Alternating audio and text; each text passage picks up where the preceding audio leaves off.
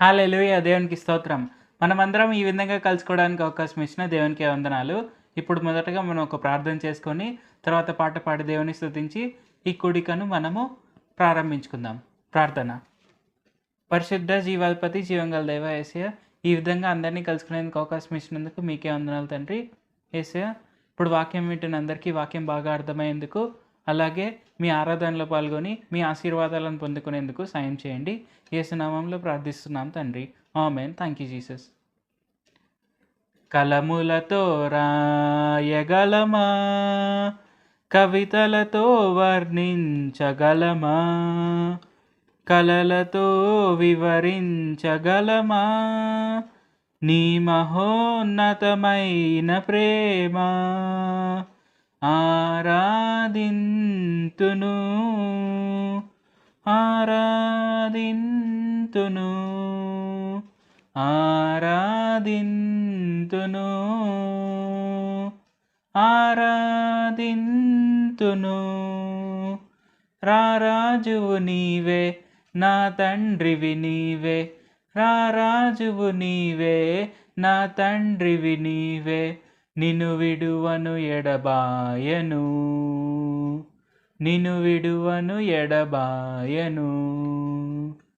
కలములతో రాయగలమా, కవితలతో వర్ణించగలమా, కలలతో వివరించగలమా నీ మహోన్నతమైన ప్రేమ. ఆకాశములు నీ మహిమను వివరించుచున్నవి, అంతరిక్షము నీ చేతి పనిని వర్ణించుచున్నది. ఆకాశములు నీ మహిమను వివరించుచున్నవి, అంతరిక్షము నీ చేతి పనిని వర్ణించుచున్నది. దేవా నా ప్రాణము నీ కొరకై తపించుచున్నది,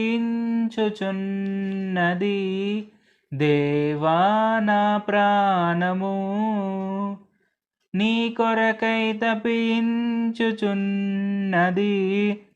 ఆరాధింతును ఆరాధింతును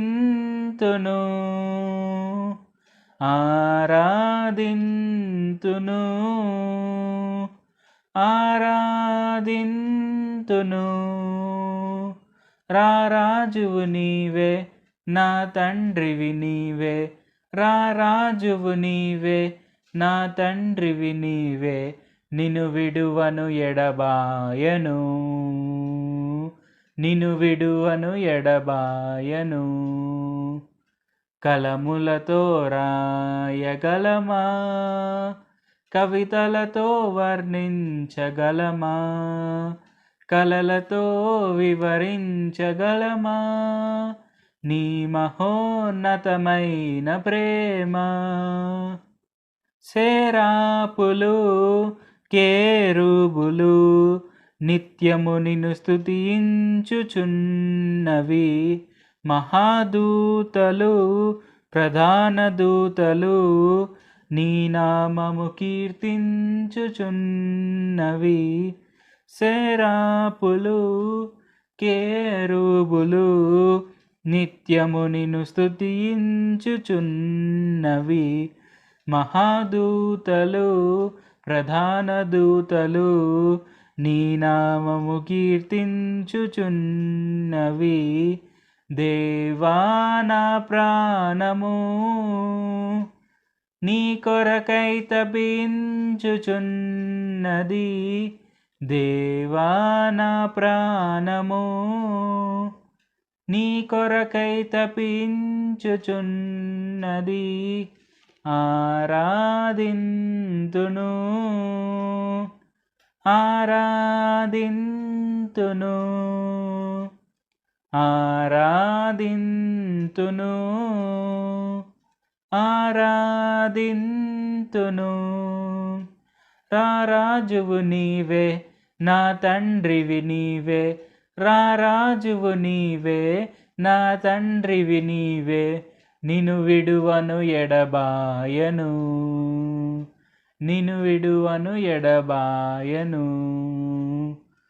కలములతో రాయగలమా, కవితలతో వర్ణించగలమా, కలలతో వివరించగలమా నీ మహోన్నతమైన ప్రేమ. హల్లెలూయా. మన దేవుడైన యేసుప్రభు వారి యొక్క మహోన్నతమైన ప్రేమను కరములతో రాయలేము, మన కళ్ళతో మనం వివరించలేము. సో అది మనం గుర్తించాలి. దేవుడైన యేసుప్రభు వారు మనల్ని ఎంతగానో ప్రేమిస్తున్నారు. ఆయన ఎలాంటి దానిలో నుంచి అయినా దేవుడైన యేసుప్రభు వారు మనకు మంచిని సృష్టించగలరు. సో అది మనం గుర్తించుకుంటూ మనము ఇప్పుడు వాక్యోపదేశంలోనికి వెళ్దాము.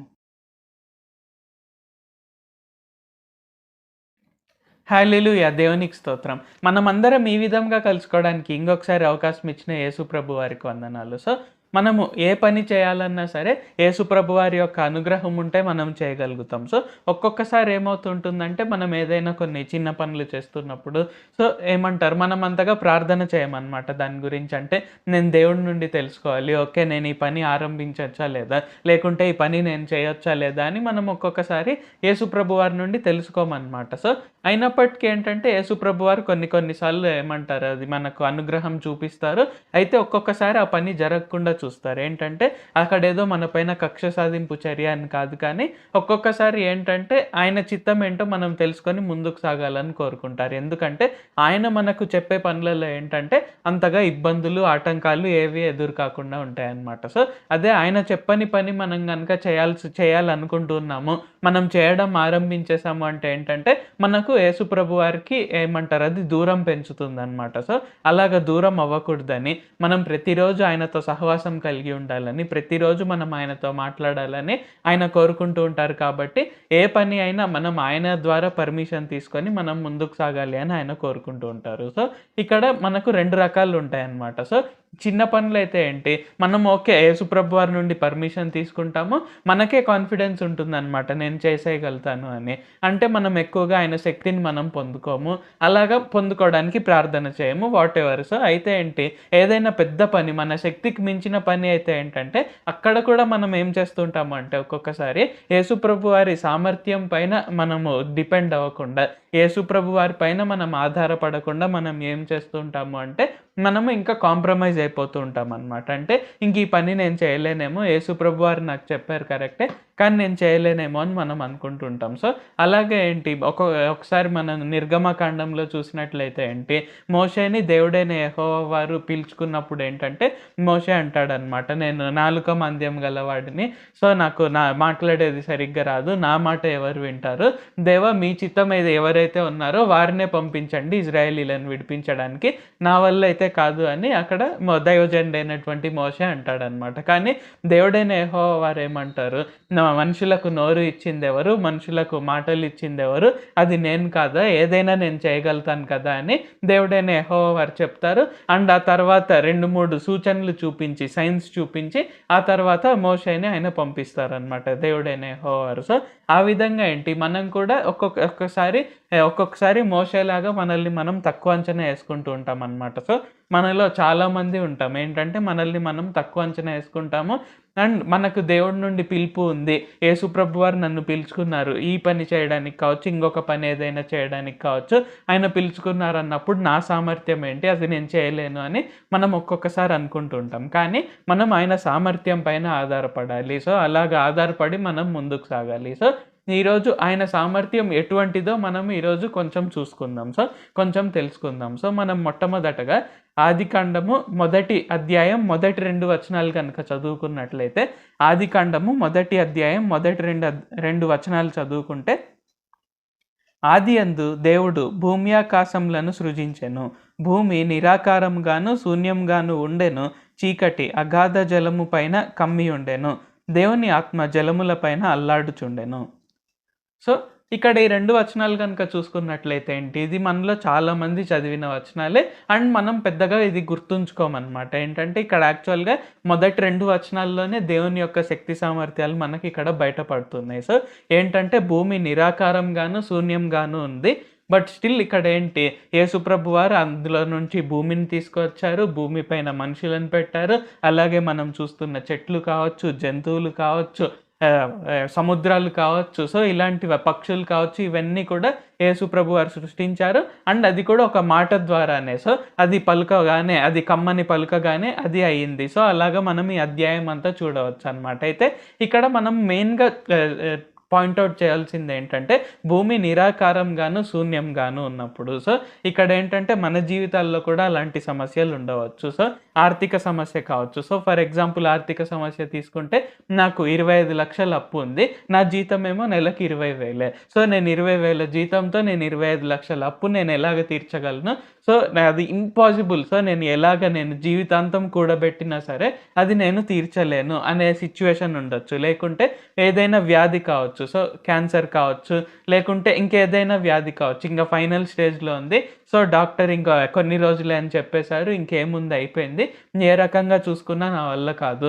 సో లేకుంటే మనం ఏమంటారు, ఫర్ ఎగ్జాంపుల్ ఏజ్ గనుక తీసుకున్నట్లయితే, సో నాకు 83 ఏండ్లు వచ్చేసాయి. ఇంకేముంది, ఇంకా నా జీవితం అంతా అయిపోయింది. నేను ఇప్పుడు సాధించేదేముంది?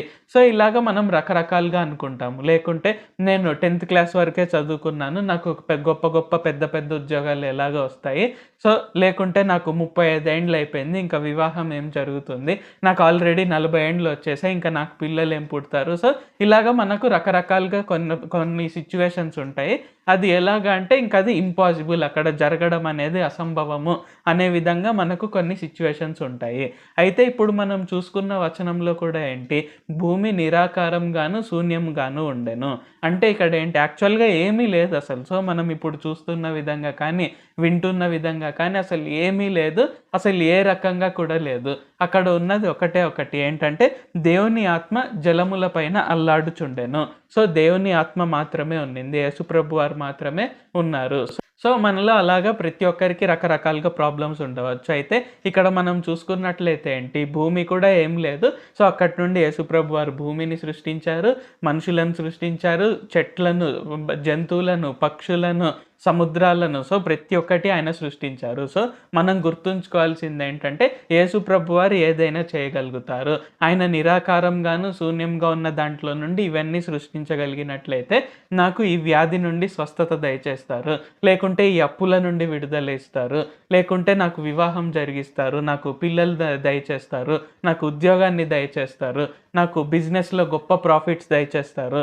సో నేను ఈ స్పోర్ట్స్‌లో నన్ను ఆడాలని దేవుడు నన్ను పిలుచుకున్నారు. సో ఈ స్పోర్ట్స్‌లో నన్ను ఖచ్చితంగా ఉన్నత స్థితిలోనికి తీసుకొస్తారు. లేకుంటే రాజకీయాల్లో నేను బాగుండాలని యేసుప్రభు వారు నన్ను పిలుచుకున్నారు. కాబట్టి అందరూ నా మాట వినే విధంగా, నేను అందరికీ గొప్పగా ప్రయోజనకరంగా ఉండే విధంగా ఆయన నన్ను గొప్ప రాజకీయవేత్తగా చేస్తారు. సో ఇలాగ ఏదైనా సరే, ఏ పిలుపు అయినా సరే, సో మనలో ప్రతి ఒక్కరికి రకరకాలుగా పిలుపులు ఉంటాయి. సో అది మనం గత వారాల్లో తెలుసుకున్నాము. సో యేసుప్రభు వారి నుండి పిలుపుని మనం పొందుకొని ఆ విధంగా అమలు చేయడానికి మనం ప్రయత్నించాలి. సో అవి మనం గత 2 వారాల్లో తెలుసుకున్నాము. సో ఆ విధంగా ఏంటి, ఆ పిలుపు ఖచ్చితంగా నెరవేరే విధంగా ఆయన చూస్తారు. సో మనకున్న పిలుపు ఎంత పెద్దదైనా కావచ్చు, ఎంత పెద్దదైనా సరే ఆయన ఖచ్చితంగా అది చేయగలుగుతారు. ఎందుకంటే ఆయన నిరాకారంగాను, శూన్యంగాను ఉన్న దానిలో నుండి భూమిని తీసుకొని వచ్చారు. సో అలాగే మనం చూసుకున్నట్లయితే ఏంటి, మన ఎర్త్ మాత్రమే కాదు, మన భూమి మాత్రమే కాదు, సో ఇంకా రకరకాలుగా ఉన్నాయన్నమాట. మెర్క్యూరీ, వీనస్, జూపిటర్, ఇలాగా చాలా రకరకాలుగా ప్లానెట్స్ ఉన్నాయి. ఆ ప్లానెట్స్ అన్నీ కలుపుకొని ఒక సోలార్ సిస్టమ్, అంటే సూర్యుడు, అలాగే మన అఫ్కోర్స్ చంద్రుడు మన భూమి చుట్టూ తిరుగుతూ ఉంటాడు. సో ఇలాగ ఇవన్నీ కలుపుకొని సోలార్ సిస్టమ్, ఆ తర్వాత అవన్నీ గెలాక్సీస్, మిల్కీ వే గెలాక్సీ, ఆ తర్వాత అనేకమైన గెలాక్సీస్ ఉన్నాయి. సో ఇవన్నీ కలుపుకొని ఒక యూనివర్స్ అనమాట. సో అసలు ఏమీ లేని చోట ఆయన ఇవన్నీ సృష్టించగలిగినట్లయితే ఆయన ఖచ్చితంగా మన సమస్యల నుండి మనల్ని బయటపడవేయగలుగుతారు. ఎందుకంటే మనకి ఇంకొక వచనంలో కూడా ఉంటుందన్నమాట. ఏంటంటే ఆయన నక్షత్రములకు సంఖ్య నియమించి ఉన్నాడు, అలాగే వాటికి పేర్లు కూడా ఆయన పెట్టాడు అని ఉంటుందన్నమాట. అంటే మనం చూసుకున్నట్లయితే అసలు నక్షత్రాలను మనం లెక్క కూడా పెట్టలేమన్నమాట. సో అబ్రహాంకు కూడా అటువంటి ఆశీర్వాదాన్ని యేసుప్రభు వారు దయచేశారు. ఏంటంటే నువ్వు ఆకాశంలో నక్షత్రములను లెక్క పెట్టగలిగితే అంతమంది సంతానం నీకు ఉంటారు అని, నువ్వు ఇసుక రేణువులను గనుక లెక్క పెట్టగలిగితే అంత సంతానం ఉంటారు అని యేసుప్రభు వారు అబ్రహాంకు చెప్పారు. అంటే ఏంటి? ఆకాశంలో నక్షత్రాలను ఎవ్వరూ లెక్క పెట్టలేరు. సో అవి లక్షల కొలది, కోట్ల కొలది ఇంకా అవి ఉంటాయి. అండ్ ఇంకా యాక్చువల్గా మనం సైన్స్ ప్రకారం చూస్తే అవి ప్రతిరోజు పెరుగుతూ ఉంటాయి అన్నమాట. వాటి సంఖ్య అనేది పెరుగుతూ ఉంటుందన్నమాట. సో ఆ విధంగా ఏంటి, ఆయన సంఖ్యను గుర్తుపెట్టుకోగలుగుతారు అండ్ అలాగే వాటి పేర్లను కూడా గుర్తుపెట్టుకోగలుగుతారు. సో ఇంతటి గొప్ప దేవుడు మనకు ఉన్నప్పుడు సో ఆయన సామర్థ్యం పైన మనం ఆయన పైన ఎక్కువగా ఆధారపడాలి. సో మనం ఏం చేస్తూ ఉంటాము అంటే ఏదైనా సమస్య పెద్దదైపోయినప్పుడు మనం ఏంటంటే మనం కాంప్రమైజ్ అయిపోతాం అనమాట. So for example cancer final stage కనుక వ్యాధి వచ్చినట్లయితే ఏంటి, డాక్టర్ చెప్తారనమాట ఇంకొన్ని రోజులే, మహా అయితే కొన్ని నెలలు అని. సో అప్పుడు ఏమనుకుంటాం, మనం కాంప్రమైజ్ అవుతాం. సో మనలో కొంతమంది ఏంటంటే కాంప్రమైజ్ అయిపోయి ఇంకంతేలే, ఇంకేముంది, మనం ఏమి వెళ్తాం ముందుకు అనే విధంగా ఆలోచిస్తుంటాం. కానీ ఆ స్థితిలో కూడా మనం దేవుని పైన ఆధారపడగలిగితే, ఆ స్థితిలో కూడా మనము ఆయన నుండి వాగ్దానాన్ని పొందుకోగలిగితే ఏంటంటే ఆయన ఖచ్చితంగా సహాయం చేస్తారు. సో ఆయన మనల నుండి కోరుకుంటుందల్లా ఏంటంటే మనం ఆయన పైన ఆధారపడాలని. ఎటువంటి సిచ్యువేషన్లో అయినా సరే ఆయన ఖచ్చితంగా మనకు విడుదల అనేది దయచేయగలుగుతారు, ఆశీర్వాదం అనేది దయచేయగలుగుతారు, మనల్ని ఉన్నత స్థితిలో నిలవబెట్టగలుగుతారు. సో మనకు ఇదే విధంగానే మనకు యోహాను సువార్త 1వ అధ్యాయంలో కూడా ఉంటుందన్నమాట. సో మనము యోహాను సువార్త 1వ అధ్యాయం మనము మొదటి 4 వచనాలు కనుక చదువుకున్నట్లయితే, ఆది అందు వాక్యం ఉండెను, వాక్యము దేవుని యొద్ద ఉండెను, వాక్యము దేవుడై ఉండెను, ఆయన ఆది అందు దేవుని యొద్ద ఉండెను, సమస్తమును ఆయన మూలంగా కలిగెను, కలిగి ఉన్నదేదియు ఆయన లేకుండా కలుగలేదు, ఆయనలో జీవము ఉండెను, ఆ జీవము మనుషులకు వెలుగై ఉండెను. సో ఈ వచనాలన్నీ చూసుకున్నట్లయితే ఏంటి, మనకు ఇంకొంచెం అప్గ్రేడ్ లాగా దేవుడు చేస్తున్నారనమాట. ఏంటంటే ఇప్పుడు మనం ఆయన శక్తి సామర్థ్యాలపైన ఎలాగ ఆధారపడాలి, ఆయన శక్తిని మనం ఎలాగ ఉపయోగించుకోవాలి అంటే ఈ వాక్యం ద్వారా. సో ఆయన మనకు వాక్యాన్ని ఇచ్చారు. సో ఆ వాక్యం ద్వారానే ఆయన సృష్టించారనమాట. సో మనం చూస్తున్నవన్నీ సో అన్ని వాక్యం ద్వారానే సృష్టింపబడ్డాం. సో ఆది అందు వాక్యము ఉండెను, వాక్యము దేవుని యొద్ద ఉండెను, వాక్యము దేవుడై ఉండెను. సో మనము ఆయన వాక్యాన్ని ప్రతిరోజు చదువుతూ ఆయనలో కనుక మనం ప్రతిరోజు ఎదుగుతున్నట్లయితే ఏంటంటే ఖచ్చితంగా మనం ఆయన సామర్థ్యాన్ని మనం కూడా పొందుకొని మనం అనేక గొప్ప అద్భుతాలు, సూచక్రియలు చేయగలుగుతాము. సో ఇక్కడ కనుక చూసుకున్నట్లయితే ఏంటి, కలిగి ఉన్నది ఏదియూ ఆయన లేకుండా కలగలేదు. సో ఇది మనం గుర్తుంచుకోవాలి. సో ఈరోజు ముఖ్యంగా యేసుప్రభు వారు ఏం చెప్తున్నారంటే మనకు, నా సామర్థ్యాన్ని మీరు గుర్తుంచుకోవాలి, సో నా బలాన్ని మీరు గుర్తుంచుకోవాలి, నా శక్తిని మీరు గుర్తుకు తెచ్చుకోవాలి. సో అలాగా అది గుర్తుంచుకొని మీరు లైఫ్ లాంగ్ నా పైన ఆధారపడాలి అని యేసుప్రభు వారు తెలియజేస్తున్నారు. సో కలిగి ఉన్నది ఏదైనా సరే ఆయన లేకుండా కలగలేదు. సో ప్రతి ఒక్కటి ఆయన ద్వారానే కలిగింది. సో ఆయన పలుకగానే కలిగింది, ఆయన శక్తి ద్వారానే కలిగింది. కాబట్టి మనం ఆయన శక్తి పైన, ఆయన బలం పైన మనం ఎక్కువగా ఆధారపడడానికి మనం ప్రయత్నించాలి అండ్ ఆధారపడుతూ ఉండాలి కూడా. సో మనకి ఏంటంటే రకరకాలుగా డైవర్షన్స్ ఉంటాయన్నమాట. సో మనకి ఏ సమస్య అయినా కావచ్చు, ఏ బాధ అయినా కావచ్చు, రకరకాలుగా డైవర్షన్స్ ఉంటాయి. మనం డైవర్ట్ అవుతుంటాము, మనం అంతగా యేసుప్రభు వారి నుండి వినము, అంతగా మనం ఆయన పైన ఆధారపడకుండా ఉండడము. సో ఇవన్నీ ఉంటాయి. సో రకరకాలుగా ఆలోచనలు కలుగుతాయి. సో ఇజ్రాయేలీలకు కూడా అలాంటి ఆలోచన కలిగినప్పుడు ఏంటి, ఇక్కడ బాప్తిస్మం ఇచ్చి యోహాను ఒక మాట అంటాడనమాట. సో మనం అది లూకాసు వార్తలో కనుక చూసినట్లయితే, లూకాసు వార్త 3వ అధ్యాయం 8వ వచనం కనుక చదువుకుంటే, మారు మనసునకు తగిన ఫలములు ఫలించుడి, అబ్రహాము మాకు తండ్రి అని మీలో మీరు అనుకొన మొదలు పెట్టుకొనవద్దు, దేవుడు ఈ రాళ్ల వలన అబ్రహామునకు పిల్లలను పుట్టింపగలడని మీతో చెప్పుచున్నాను. సో ఇక్కడ ఏంటంటే ఒక్కొక్కసారి మనం రకరకాలుగా ఆలోచనలు ఉంటాయి. సో ఒక్కొక్కసారి మనకు గర్వం రావడం కావచ్చు, ఒక్కొక్కసారి మనకు అవేర్నెస్ లేకపోవడం, అంటే నిజంగా యేసుప్రభు వారు ఉన్నారు, పరిశుద్ధాత్మ రూపంలో ఆయన నాలోనే ఉన్నారు. సో ఇలాగ మనం ఒక్కొక్కసారి ఆలోచించలేనప్పుడు, లేకుంటే పరిస్థితులే మనల్ని అధిగమించినప్పుడు, అంటే ఆ సమస్య ఎక్కువైపోయి కొండలాగా సమస్య అయిపోయి ఆ కొండ మోస్తున్నట్టు మనకు అనిపించినప్పుడు, అప్పుడు మనం ఎక్కువగా ప్రార్థించలేము యేసుప్రభు వారికి. సో ఇలాగ రకరకాలుగా ఆలోచనలు ఉంటాయన్నమాట. సో ఇశ్రాయేలీలు కూడా అక్కడ బాప్తిస్మం ఇచ్చి యోహాను దేవుని రాజ్యం గురించి ప్రకటిస్తూ ఇలాగ పాప క్షమాపణ పొందుకోవాలని బాప్తిస్మం ఇస్తున్నప్పుడు ఏంటి, అక్కడ ఇశ్రాయేలీలకు, అక్కడ వచ్చిన పరిసయ్యులకు, సద్దూకయ్యులకు, శాస్త్రులకు, సో వారికి అందరికీ ముందుగానే చెప్తున్నారనమాట. సో మళ్ళీ మీరేంటి, నేను అబ్రహాం కుమారులము, అబ్రహాం పిల్లలము, అబ్రహాం కుమార్తెలమని మీలో మీరు ఆలోచించుకొని మొదలు పెట్టుకొనవద్దు. అంటే అదేమంటారు, వాళ్ళకి ఏంటంటే ఆ టైంలో అబ్రహాం పిల్లలము, సో మాకు అన్నీ ఉన్నాయి, ఆశీర్వాదం ఉంది, ఆల్రెడీ దేవుడైన యెహోవా వారు ఆశీర్వాదాన్ని విడుదల చేసేసారు, మేము అబ్రహాము పిల్లలము అనే విధంగా వారు ఆ మైండ్ సెట్లో ఉన్నారనమాట. అంటే కొంతమంది గర్వపడుతున్నారు, కొంతమంది ఏంటంటే ఆల్రెడీ మాకు గొప్ప ఆశీర్వాదం ఉంది కదా, ఇంకా ఏం పాపక్షమాపణ, ఇంకా ఏంటి అని రకరకాల ఆలోచనలు, రకరకాల ఒపీనియన్స్ ఉన్నాయన్నమాట. అయితే ఇక్కడ ఏమని చెప్తున్నారు, అలాగా కాదు, ఈ రాళ్ల వలన కూడా దేవుడైన యెహోవా వారు అబ్రహాంనకు పిల్లలను పుట్టింపగలరు. సో దానికంటే గొప్ప క్వాలిఫికేషన్ ఏంటంటే యేసు ప్రభు వారిని గురించి తెలుసుకోవడము, ఆయన పైన ఆధారపడము, ఆయన శక్తి సామర్థ్యాల ద్వారా మనము నీతిమంతులుగా, పరిశుద్ధులుగా జీవిస్తూ అనేక అద్భుతాలు, ఆయన నామం పేరిట అనేక అద్భుతాలు, సూచక్రియలు చేస్తూ మనం ముందుకు సాగడము, ఆత్మలను రక్షించడము. సో ఇవి గొప్పవి అని యేసుప్రభు వారు తెలియజేస్తున్నారు. కాబట్టి సో మనకు రకరకాల రీజన్స్ ఉండవచ్చు. సో ఆనాడు ఇజ్రాయేలీలకు ఉన్నట్టు రీజన్స్, అంటే అబ్రహాం పిల్లలము మేము, సో మేము ఆల్రెడీ గొప్పవారము, సో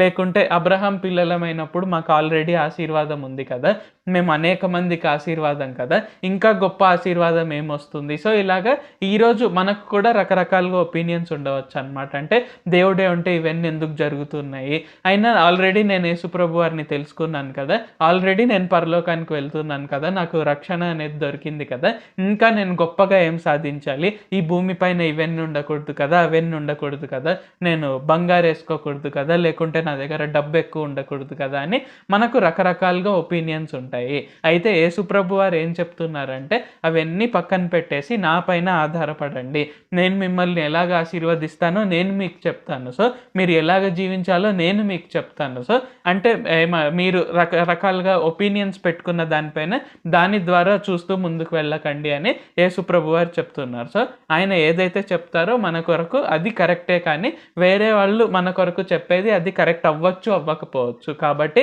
మనం మ్యాక్సిమం యేసుప్రభు వారి పైన ఆధారపడుతూ ఆయన శక్తి సామర్థ్యాల ద్వారా మనం ముందుకు సాగడం అనేది ఇంపార్టెంట్. సో ఇక్కడ ప్రవక్త అయినటువంటి ఇర్మియా కూడా దేవుని యొక్క గొప్పతనాన్ని తెలియజేస్తున్నారు. సో మనం ఇర్మియా గ్రంథానికి కనుక వెళ్ళినట్లయితే, ఇర్మియా గ్రంథం 32వ అధ్యాయం 17వ వచనం కనుక చూసుకున్నట్లయితే, యెహోవా ప్రభువ, సైన్యములకు అధిపతియగు యెహోవా అను పేరు వహించువాడ, సూర్యుడ, మహాదేవ, నీ అధిక బలం చేతను, చాచిన బాహువు చేతను భూమి ఆకాశములను సృజించితివి, నీకు అసాధ్యమైనదేదియూ లేదు.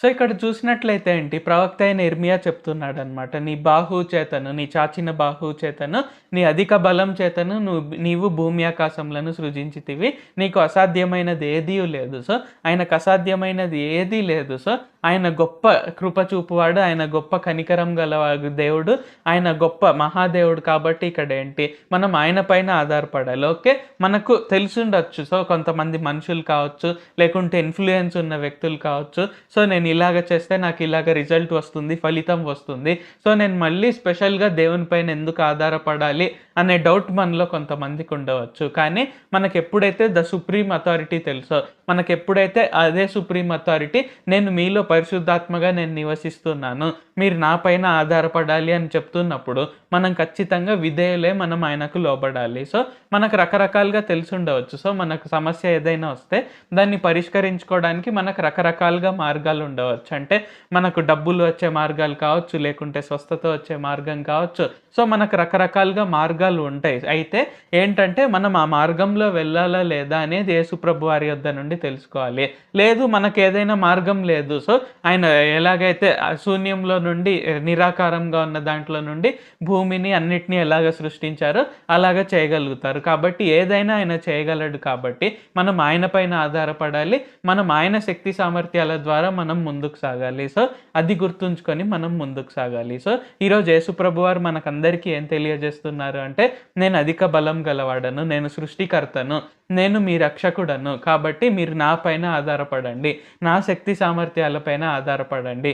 ఎటువంటి సమస్య అయినా కావచ్చు, లేకుంటే మీరు ఏదైనా మార్గంలో వెళ్ళాలనుకుంటున్నప్పుడు, ఏదైనా పనిని మొదలు పెట్టాలనుకుంటున్నప్పుడు నన్ను అడిగి చేయండి. సో ప్రతిరోజు నాతో సహవాసం కలిగి ఉండండి.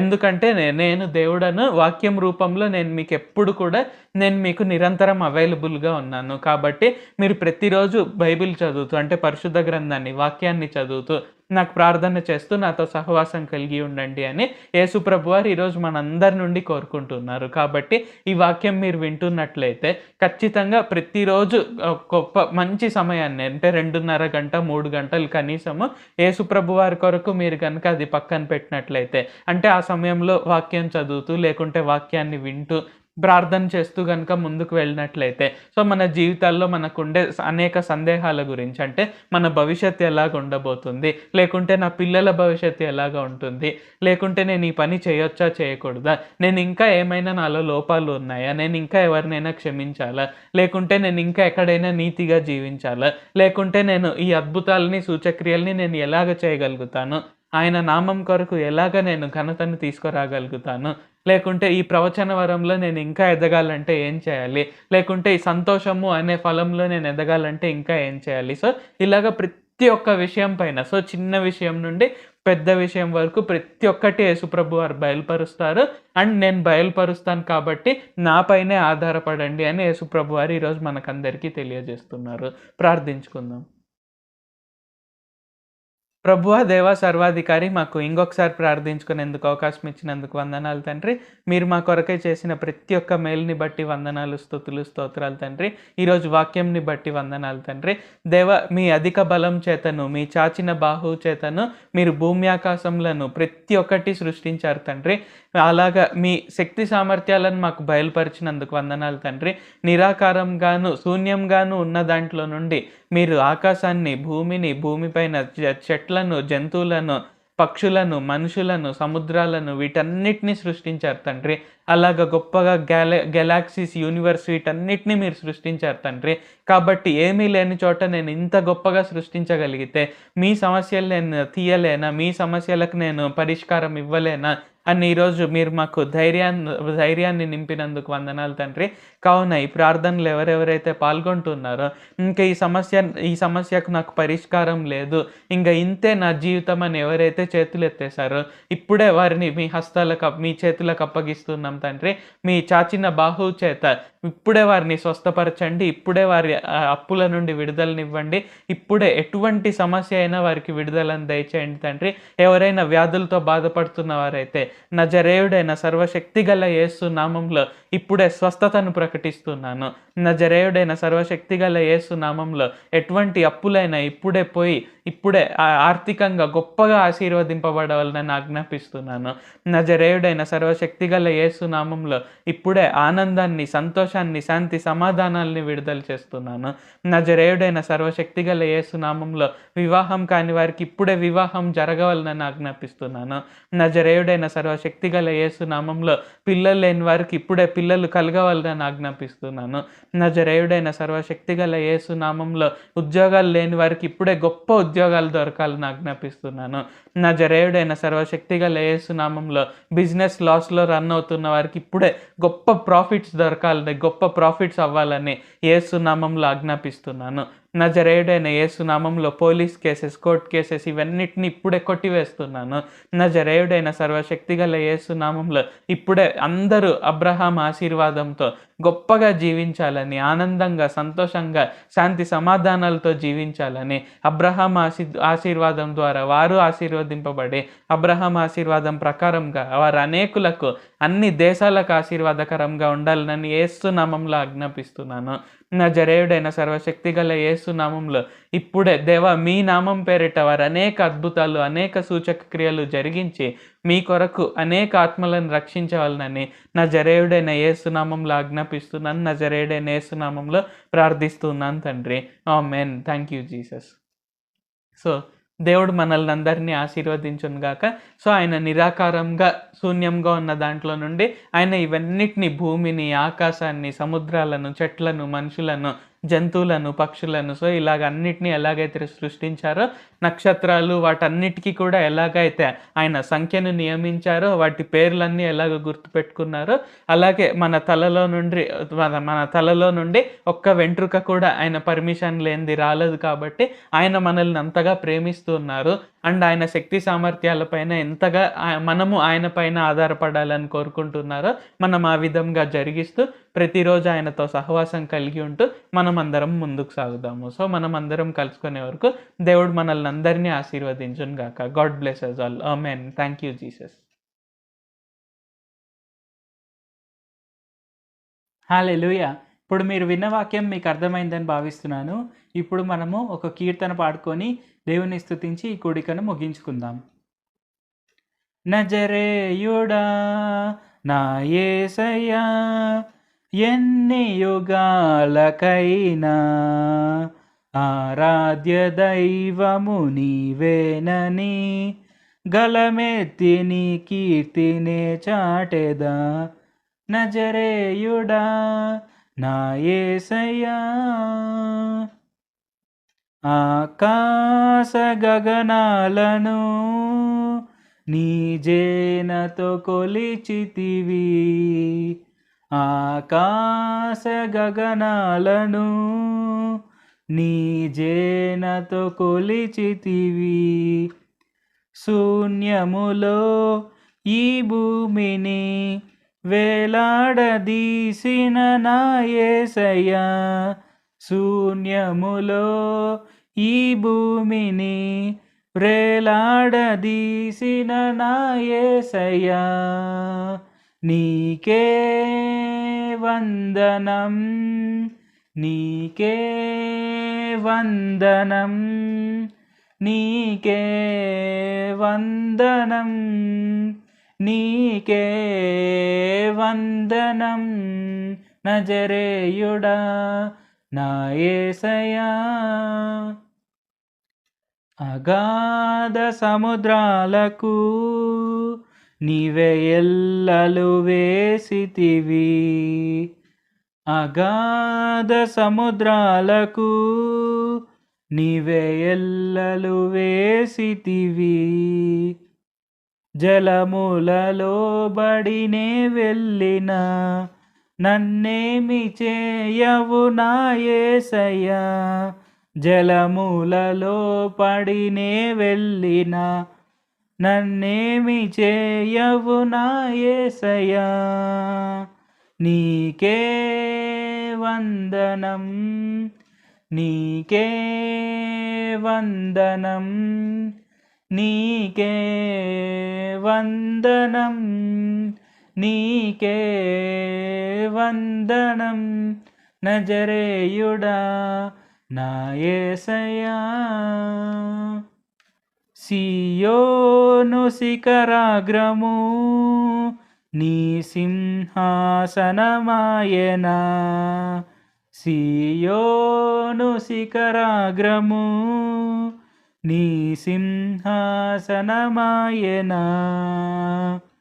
సియోనులో నిన్ను చూడాలని ఆశతో ఉన్నాను నా యేసయ్యా, సియోనులో నిన్ను చూడాలని ఆశతో ఉన్నాను నా యేసయ్యా, నీకే వందనం, నీకే వందనం, నీకే వందనం, నీకే వందనం.